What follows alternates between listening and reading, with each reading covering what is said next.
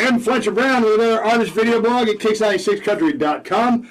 Our guest today, all the way from, well, down under. And I'm going to say this. It's like I've had a number of people on this video blog over the years. You know, I've had a couple of country music faces that you have come to know, that have made very, very serious chart success. But I've never, ever, ever, ever on the video blog ever had someone like this man sitting to my left. This is Andrew Farriss. Now, you might recognize him. You might look, if you're my age, I'm 52. So if you're looking at me, you're like, man, I know that dude. Where do I know that dude from? Yes, you do know that dude. If you grew up like me in the 80s, you know, there were a lot of bands that will rise in a decade or two that literally define that decade, you know, for that generation of music lovers. This man is a co-founder of one of those bands from the 1980s. You might remember a band called INXS. You remember INXS? I remember 1990, my senior year in high school, Suicide Blonde was my jam, right? I'm serious. I mean, I walked around school singing that song all the time. So to be able to say that I'm sitting here right now with Andrew Farriss to the left of me to talk about his new country music single, I'm thinking it's like, man, I've been doing this job 27 years. I never thought I'd get here. All right, so I want to say thank you to Andrew for coming and taking some time and visiting us here in Kicks Country. And just welcome to Kicks 96, man. Well, thanks, Fletch. How are you feeling this morning? You know what? I got to get out of bed telling my dog I got to go. I don't have time. I got stuff to do, you know. So, and I admit, I'm a little nervous because, I mean, Andrew Farriss is sitting here. You've been interviewed radio stations all over the world, TV stations. You've been on MTV. You've been everywhere. You've had this amazing, miraculous career that defined a generation, defined a decade, and now you're coming to my little control room here to sit and talk to me. We're hanging. And we're hanging, and I'm just like, wow, this is my life now. So I'm feeling good, but I don't usually use notes, but there's just so much.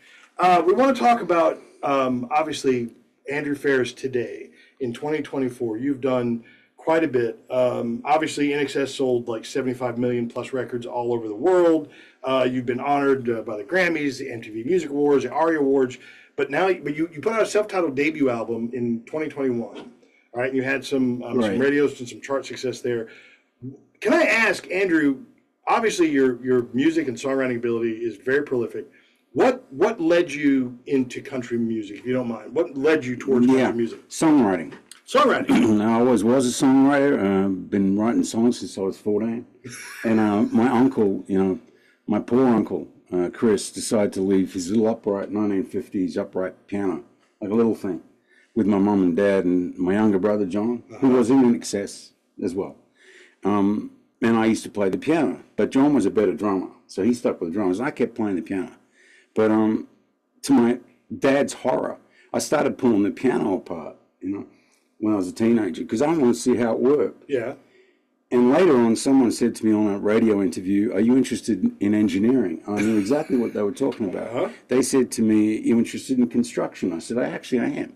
I'm a strange dude like that, well, lots of ways, really, but mainly to do with how things are built. Because I was curious how the piano was built. Mm-hmm. And that's a lot of how I construct songs. It's how things are made. Okay, so you're attributing to songwriting as like almost like a feat of engineering. It's like looking at like maybe the genre or just the story or what have you, and looking at its component pieces. That's right. Yeah. And I appreciate the question too, where you were asking about country music. Well, the songwriting is my connection to it and that made me. Well, I always liked country music my whole life, but it was the storytelling of country music. Yeah. And when I first started, playing it seriously and recording in it, someone said to me, "Welcome to the dark side," And I was like, what does that mean? And then I realized the lyrics of all that early country music, man, there's some serious heartfelt stuff running through that, And it could be songs about funerals or, and losing people you love and real, what I call real music, And that's when I went, I can do this.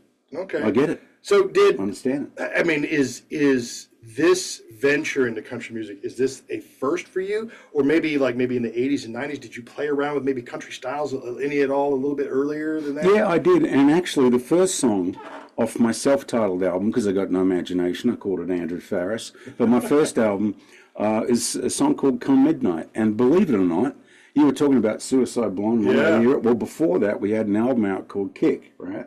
And right in the middle, between the finishing the Kick album and then the X album, which came with Suicide Blonde on it, in between, I wrote Come Midnight, right? And it stood out, well, I was going to say something, but it's not going to sound right, but it stood out like crazy.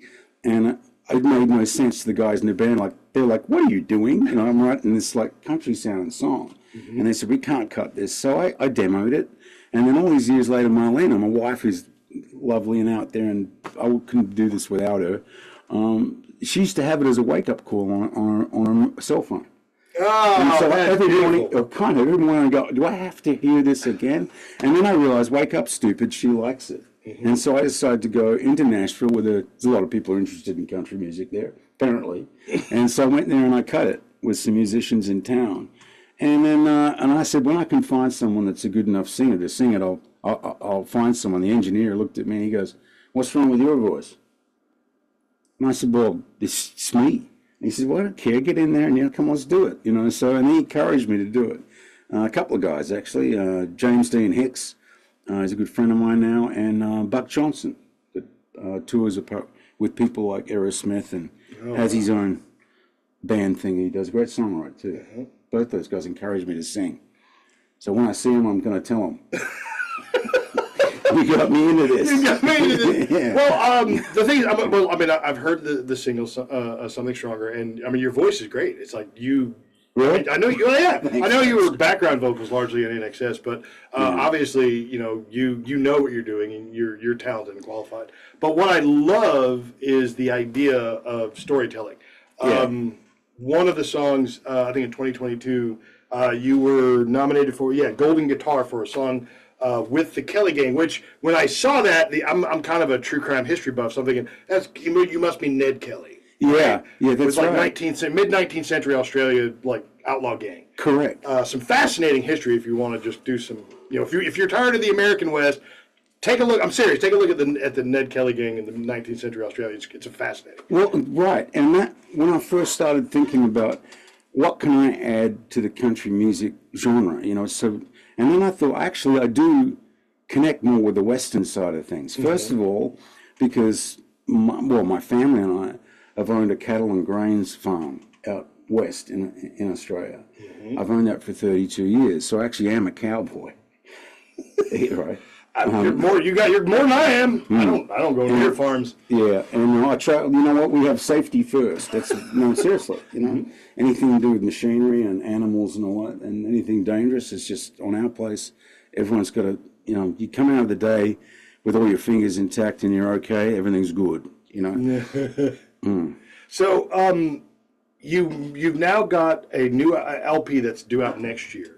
Yeah. And Something Stronger is the first single off of that. Correct. All right, so let's talk about Something Stronger. Now, I've heard the song. It's got some tempo. It's got some grit. Yeah. I love that the promo image is just a whiskey bottle. Yeah. I love that. So for folks who haven't heard the song yet, Something Stronger, tell us a little bit about that single.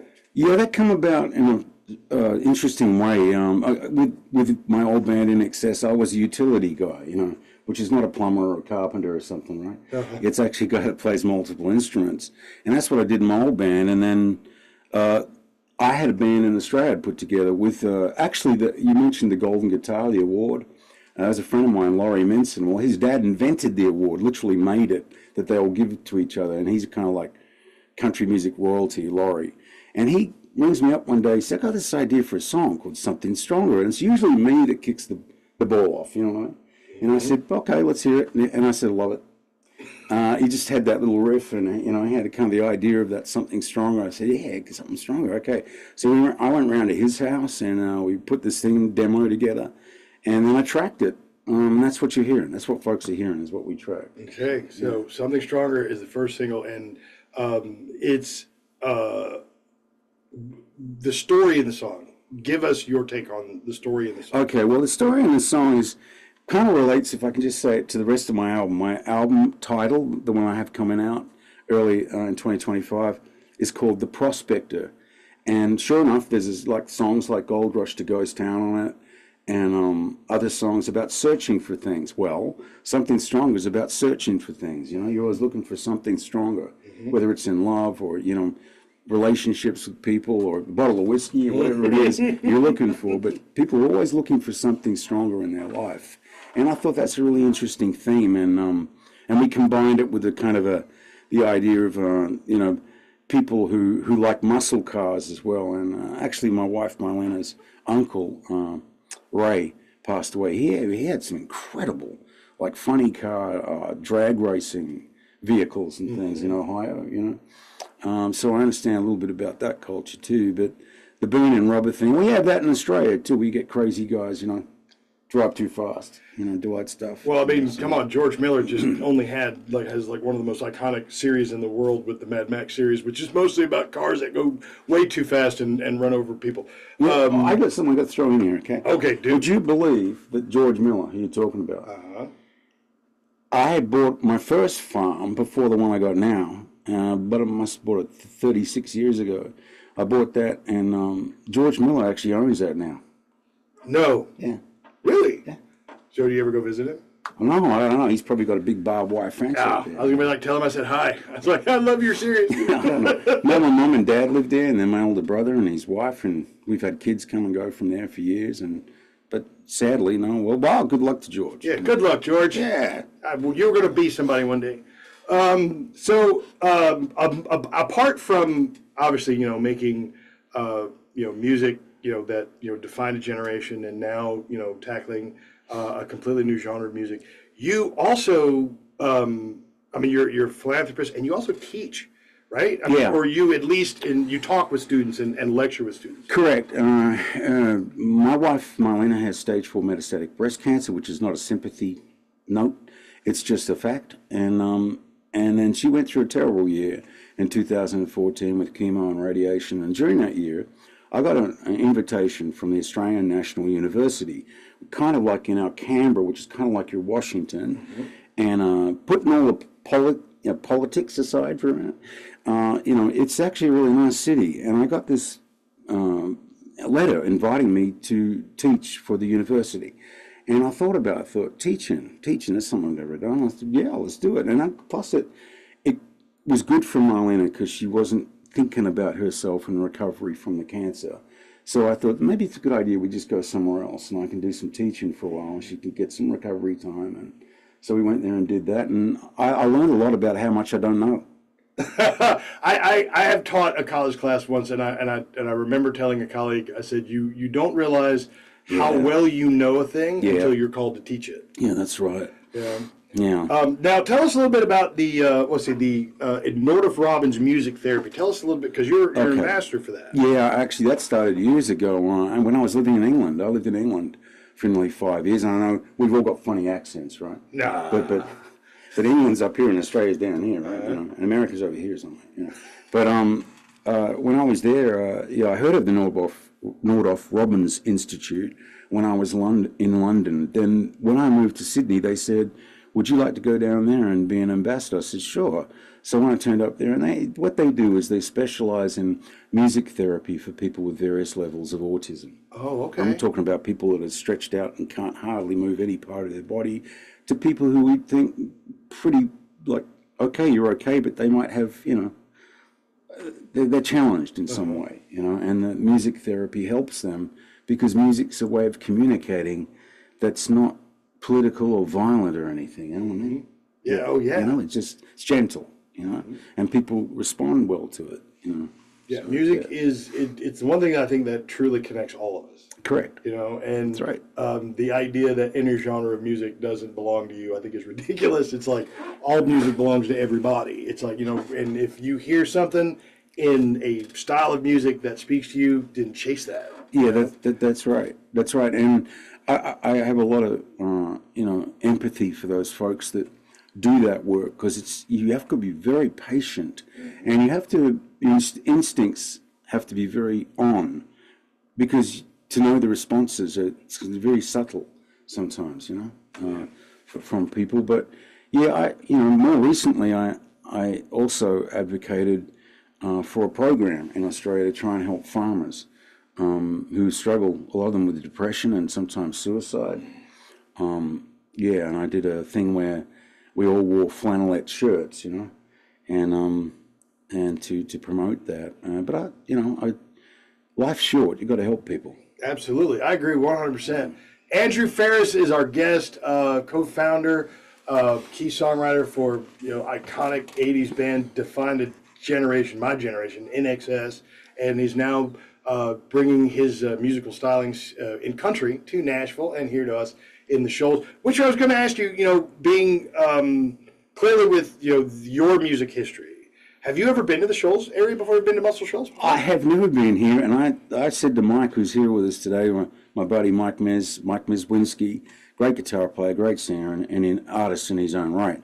I said to Mike this morning, I feel like I've been here before. That's great. I do feel like I love this place. I hear that a lot from musicians. Yeah, they come to Muscle Shoals, and it's just like there's just something about the place that just kind of feels almost like home. Yeah.